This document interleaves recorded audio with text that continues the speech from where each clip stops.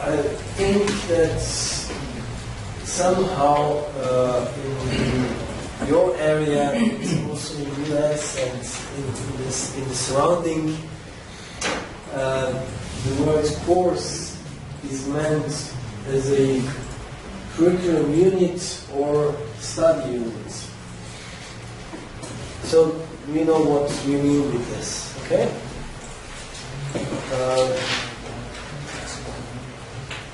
So the question is how to define it. Actually, a subject definition. Now I use the word subject. A course definition, of course, resembles a curriculum in quite many aspects, but not all. It's like a tree and branches. You know, the tree and the main branches are kind of a curriculum, and if you look at each branch, there are details, but the branch, to some degree, resembles the whole tree. In that way, actually, some methodology coming from the curriculum development can be used in course development. But there are differences and details. So, what is similar is prerequisites. We have to define the input knowledge for a curriculum, but we also have to define the input knowledge for every course, or prerequisites. Then we have the content. You have to define the content of, well, here there are differences, because content of the curriculum mainly are the titles of the courses. And the content of a course is then much more detailed. Workload. Workload is also defined for the whole program, for the whole curriculum, as well as for a single course. Then outcomes, which is in our case of the curriculum called competence matrix, or in the form of competence matrix. And on the level of a single course, we normally call it outcomes. Sometimes also we speak of, we use other words, but we'll come to that. And the assessments, well, on the level of the whole program, there can be assessments at the end or not. Normally there is some work that the student has to do to prove that he or she is able to apply all that knowledge that was defined for that program. Now, in the methodology of defining a course will be explained later into more details, like we've seen already in the morning. Some parts have been already declared by Declan Kennedy and Cork, and some we'll talk about now. And as mentioned this morning, once we have the curriculum, we go into this course descriptions and descriptors, which define the content, delivery details, and as also mentioned, it's really there to have it stored well structured and stored in a database. If it's well structured, no problem to store it in the database, of course. Now, we've seen yesterday that when you have presented master programs at your universities and how you design them and define them, there were already some really well-defined structures. So I'm not telling you anything new here. It's just that if you want to make a joint program out of it, it would be a good idea to use a common structure. If it's possible, if it is not predefined by the university or by any agency, accreditation agency, then this is just a suggested structure, of course. But we'll have to probably adapt it to your needs. Probably it won't be much different because the courses are more or less described in the same way, just that that outcomes are the tricky part and very important part. And we'll come to that too. So, basic things, title, level, where does it belong, responsible teacher, and so on and so forth. And then it's the required students' workload. Now, this is something that I've not seen in your programs, or not in all of them. Thank you to all who have uploaded the definition, the samples of your programs and courses. We have studied that and looked into. So, at least as far as I could see, there were mainly what was defined were the contact hours. I haven't seen that the required student work, individual work, would be determined, or am I wrong? What does any of your universities define individual work required by students? No. It's contact hours, right? And you have some definition of credit points, as I can see, which again are based on contact hours. Yes, please. Yeah. For master programs, it's like for every hour of lecturing class, an hour of student work, individual work. So this is kind of a general rule. But it's general. This is what we tell to students, but it depends on the teacher. Okay, but so it's not defined. It's not defined in the course description. No. Okay, that's what I wanted to know. Yes. So it's up to the teacher. He says you have to you will need that and that much time and so on. But if this information is going to be on the syllabus, it should be. Yes, it should. I mean, at least if you want to focus on students, if you want to apply student-centered learning, which I would definitely suggest to do, because otherwise, Well, we, by law, we have to put it. you have to what? Put it. Put it. Okay. Put what? The number of credits. Yes, but your credits are based on contact hours. Yes. Yeah. We name various units. Yes, I've seen that in the programs. Yes. There is no problem to define, to go from hours to any credit system, actually. But, yeah, I must put no, this later. No, I have these details somewhere further. Okay, we'll come to these details about students' workload. Why is this important? Because if you only measure the contact hours and you just have a general rule like 1 hour of lectures is 1 more hour to study, in practice, this is never same for all courses, right? Yes. Yes. And therefore, it makes sense that in every course you actually define the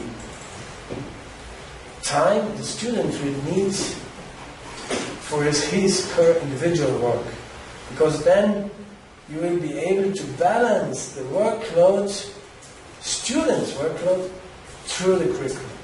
Otherwise, it might happen in one semester will be, wow, huge work, the other will be much less, or at the end you will not even know how much workload does your study program require from the students. So, therefore, we will come to this workload definition later on. I'm now just explaining the suggested structure of a course descriptor. Next comes the prerequisites, which we said is this required input knowledge, which actually follows from the structure. If we have a good curriculum definition, then you already know what is the required input from other previous courses. Or if it's an entry course, then you know from the inputs to the program what knowledge is required. So in any case, you write that prerequisites. Then of course the syllabus, outline, content, readings, textbooks, whatever, journals, intended learning outcomes, and then learning and teaching methods, which are important to design the appropriate learning environment. So if you plan some field work, then obviously you will need some locations where you can do the field work, or you will need labs or whatever. So it's very important to clearly define the learning and teaching methods. And then at the end we have assessment types and weights. So how will we assess and what will be the weight of, for example, written tests and the project presentation, whatever, teamwork, you name it. Now we have here just an example that comes from this joint master with Cork, and it actually is the form we are using at our university. It is bilingual, and you might be interested in this because it also might be defined in your curricula or your courses in English and Spanish. I don't know. So here we have this part of the basic information about the curriculum that come from the curriculum. And here we have to mention something. We made a mistake at our university that we have, this is a structural error, I would say,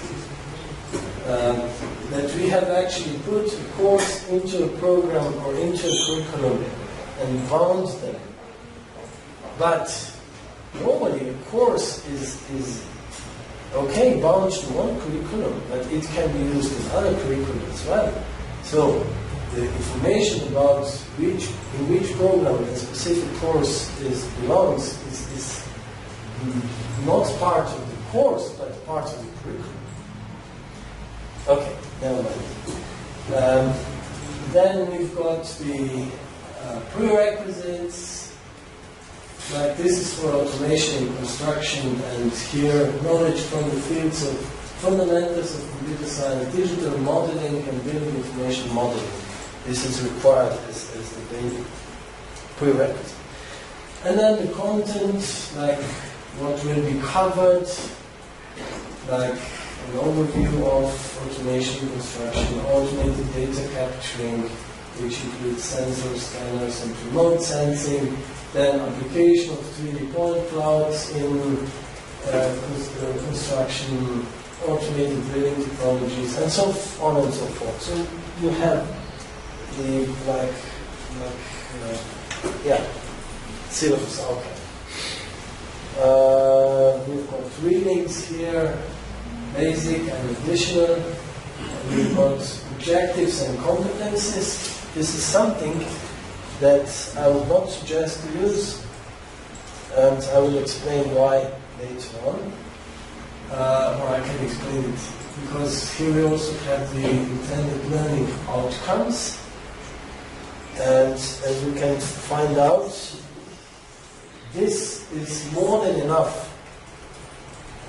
It has no meaning to define objectives and competencies and then also define the learning outcomes, because the learning outcomes are a more detailed description of the objectives and competencies. So it doesn't make sense to have both in a description.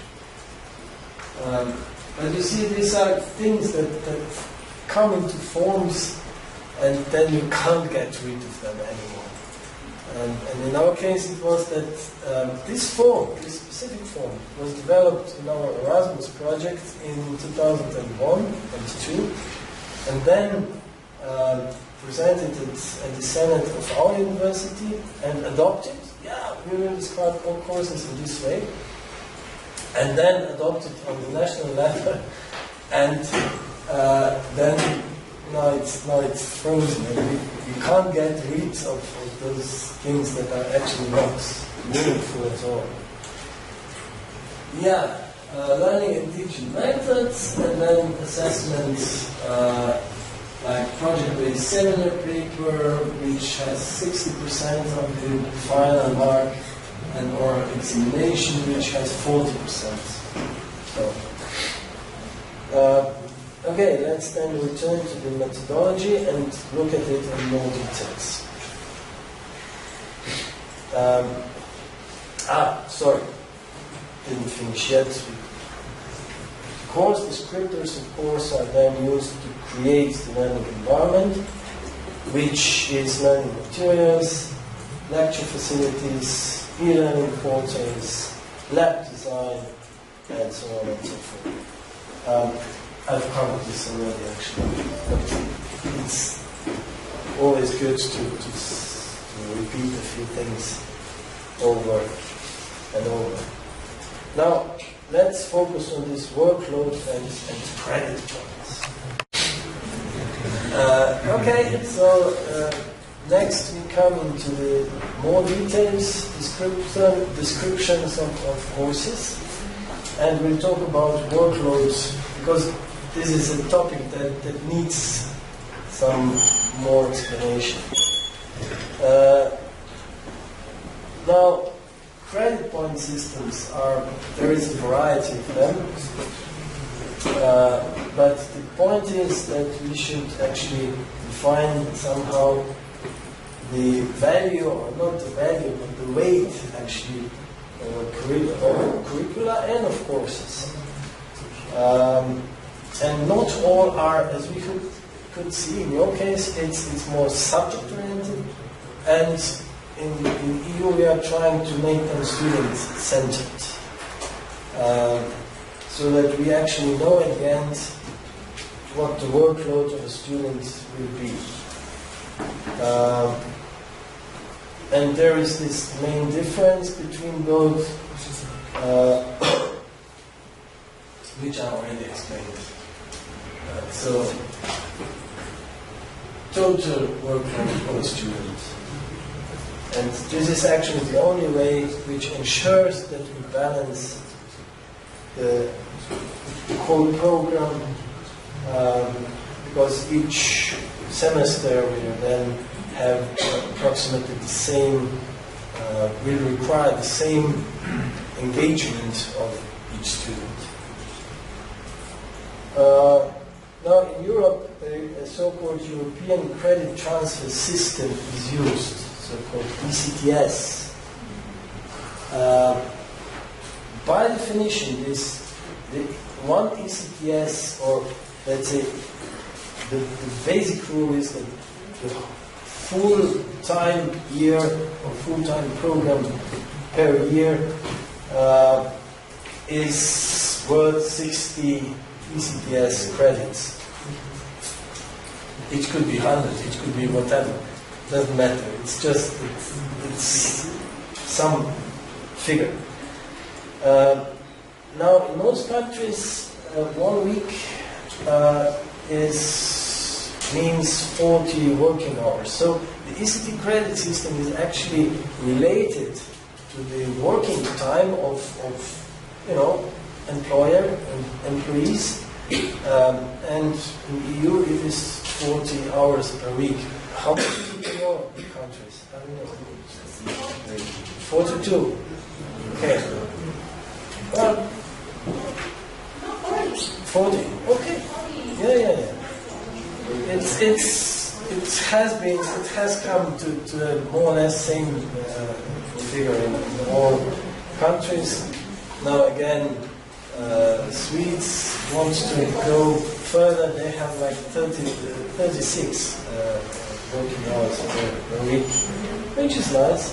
Well, in any case, this is just the figure that is used to calculate what actually one ECTS credit point means in hours.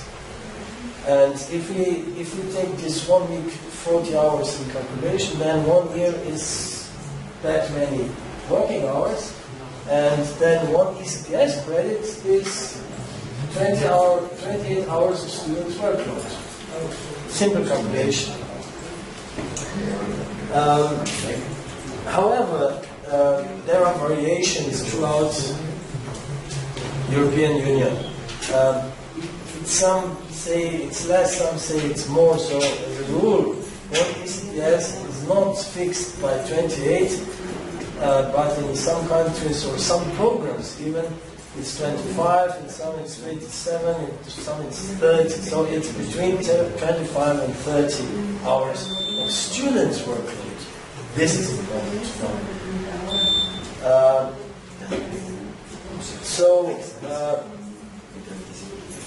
On the other hand, of course, we need to define the whole workload, which is not just individual work. Mostly it's lectures, it's seminars, it's lab work and individual work, and all together is this 1,680 hours per year full time. Based on the level of the program, so whether it's first cycle, second cycle, master or PhD, the ratio between contact hours and individual work varies. Normally, in bachelor studies, there is more contact hours and less individual work. So the ratio is, let's say, half-half, so 50-50.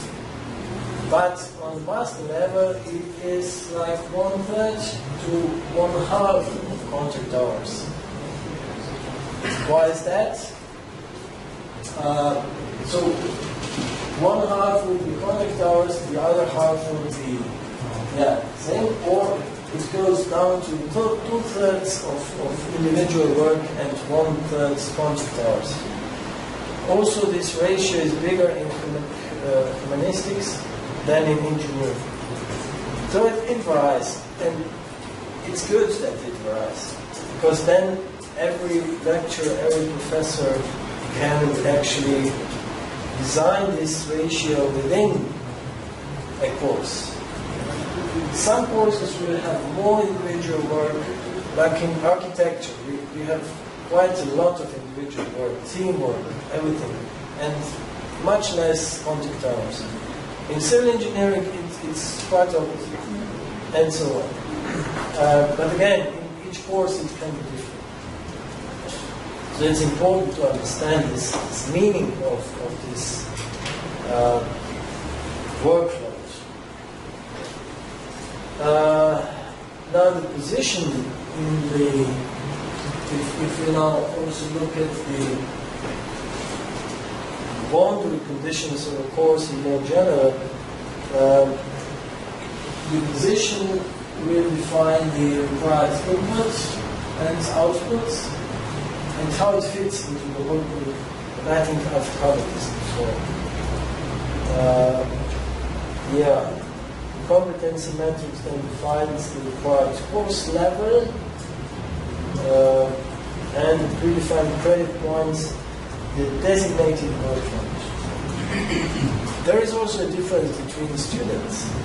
Some will accomplish a course in less hours than others, but this is just a generalization, so that we know that students with the abilities to enter the program and with the prerequisites will be able to finish the program. And this is, I think, the most important. So that we can ensure the students, or we can be sure that the students we take in and have this required knowledge, and our program is balanced so that the workload makes sense or can be reached. Then we know that the outcomes are so that the students will be able to get to those defined outcomes. Because what does it help if we say in our profile of the program or in our course description that students will be able to, I don't know, evaluate new methods in object-oriented design, if the defined workload is simply not allowing it, and then the students will not reach those goals, and we can do whatever we want. If it's not possible, it's not possible. And then what happens in practice? Well, professors simply lower the standard. And they say, well, then forget this, what I wrote there about what the students should achieve, and let's live with whatever they are able to achieve. This is not good, because then the profile we designed at the beginning, no student will actually get that profile. And we could say this will be kind of bad programming. Right. Now, of course, before we can calculate the workload, we have to look at the teaching and learning methods and see how the workload distribution is. How many lectures, seminars, tutorials, lab work, field work, and individual work will be required to reach the goals or to reach the outcomes.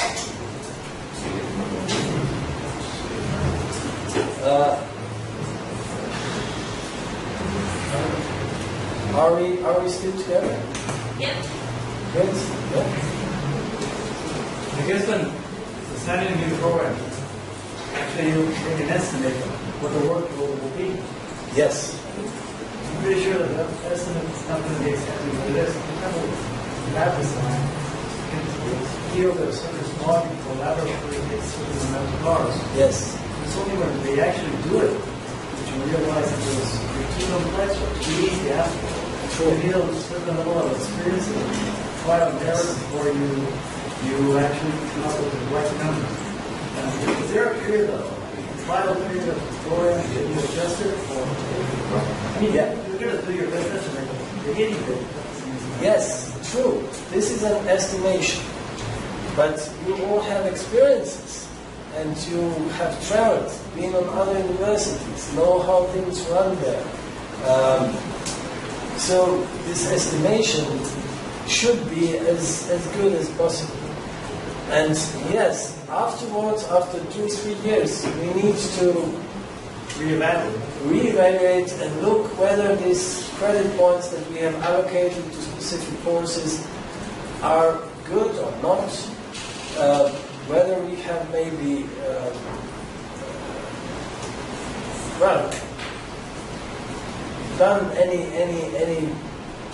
very wrong estimations, then of course it can be a disaster. Yes, it could.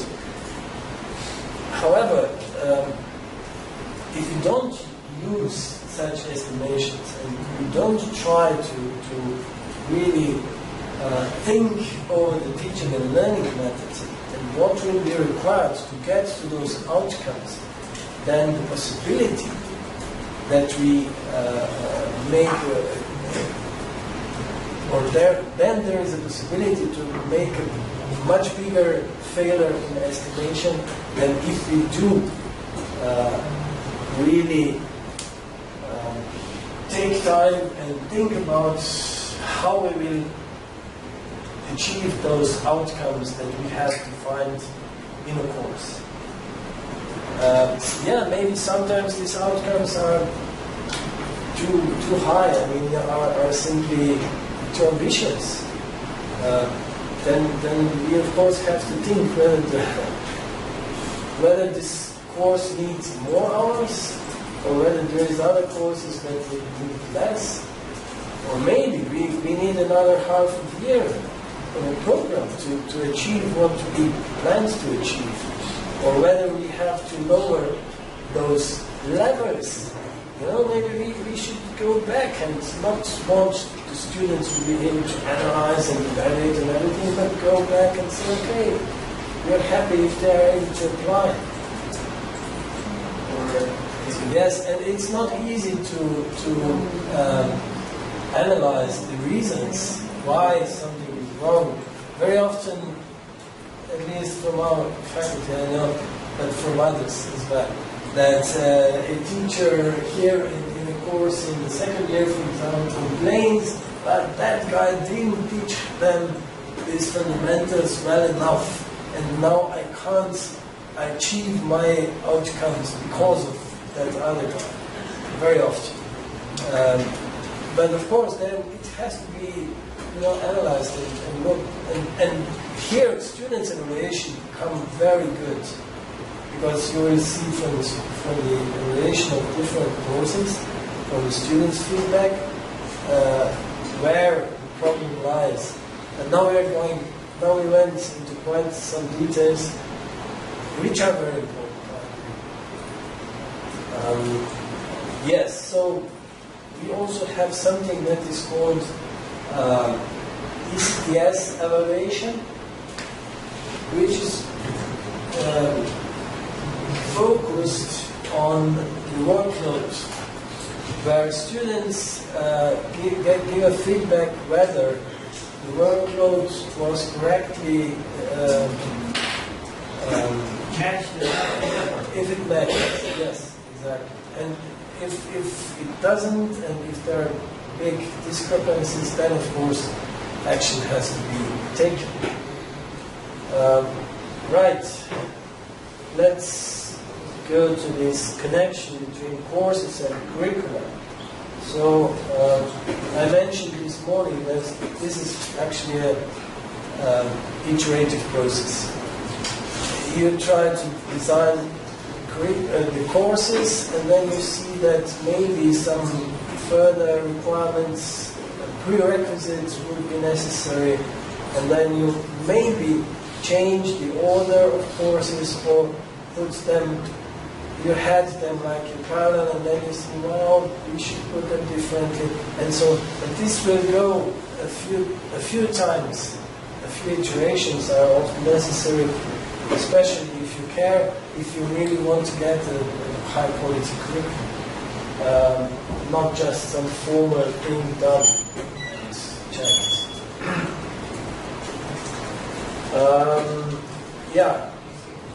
Now, modularity can in some cases stabilize this process of, it can also become a never-ending story.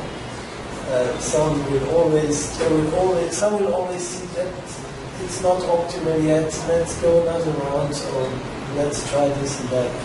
I need more ECTS points. I need this and I need that. But if we use it or do it in a modular way, then it's sometimes simpler.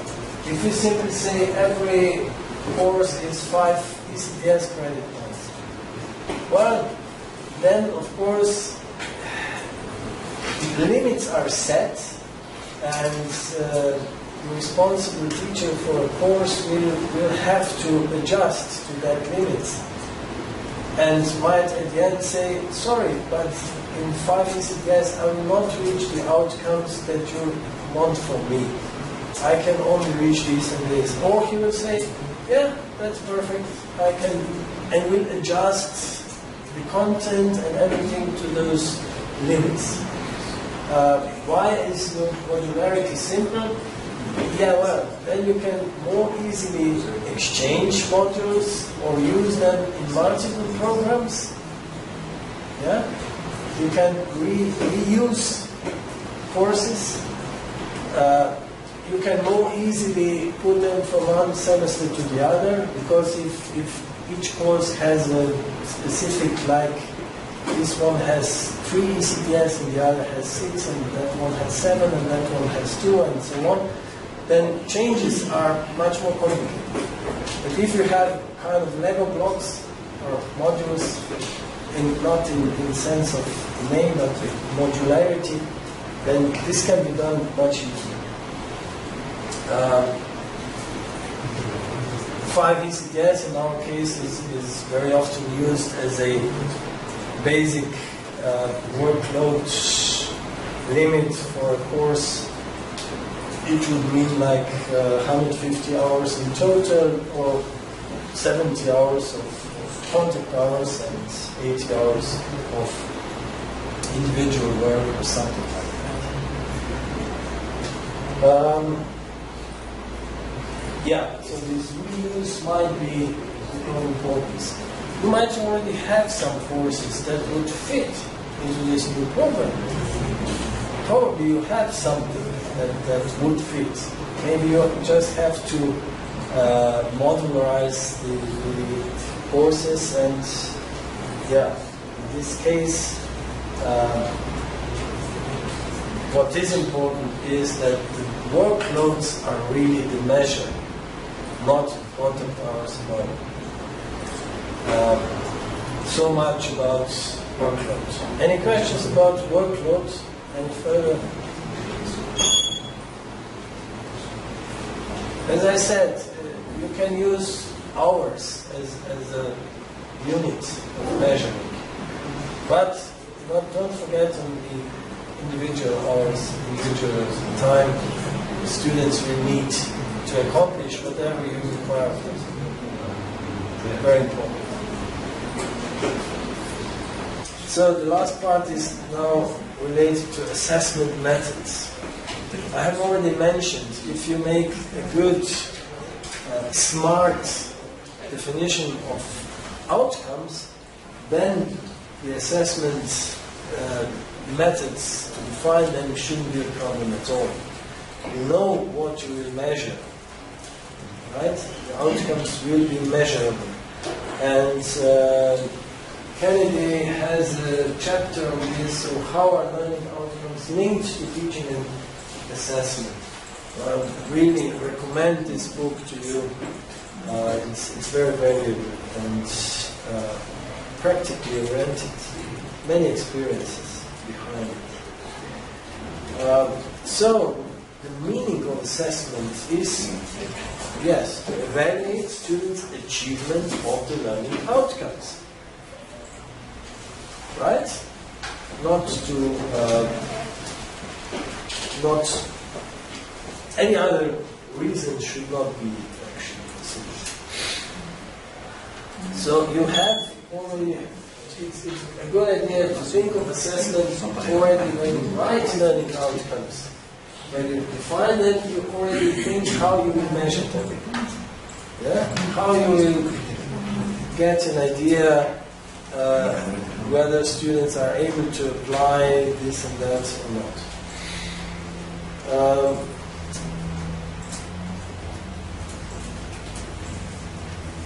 And of course, through this learning outcomes, you will also know exactly on what level this knowledge should be demonstrated. Again, we have here an example. The outcome was critically evaluate key technologies and dimensions of automated system in construction, we've seen before. Now the assessment goes like this. In project work, students have to define the needs for a given case, find appropriate automated system, and design its implementation. Covers this outcome. And this is just one part. Then it's written exam where they have to evaluate. This is one question, of course, there are others. Evaluate the effective, or can be others. Evaluate the effectiveness of a specific 3D printing system for housing. Evaluate, yeah? This actually could be an example. And then the oral exam, when students also, in this case, would explain the positive characteristics of this specific method. And all this relates to that one outcome. Okay. Yeah, that is actually all I would want to say about assessment methods, because the rest is, well, the type which you already are familiar with. No need to tell you the difference between written and oral exams and so on. And you will now have the opportunity to define a course. I hope you enjoyed the webinar. Thank you for your attention.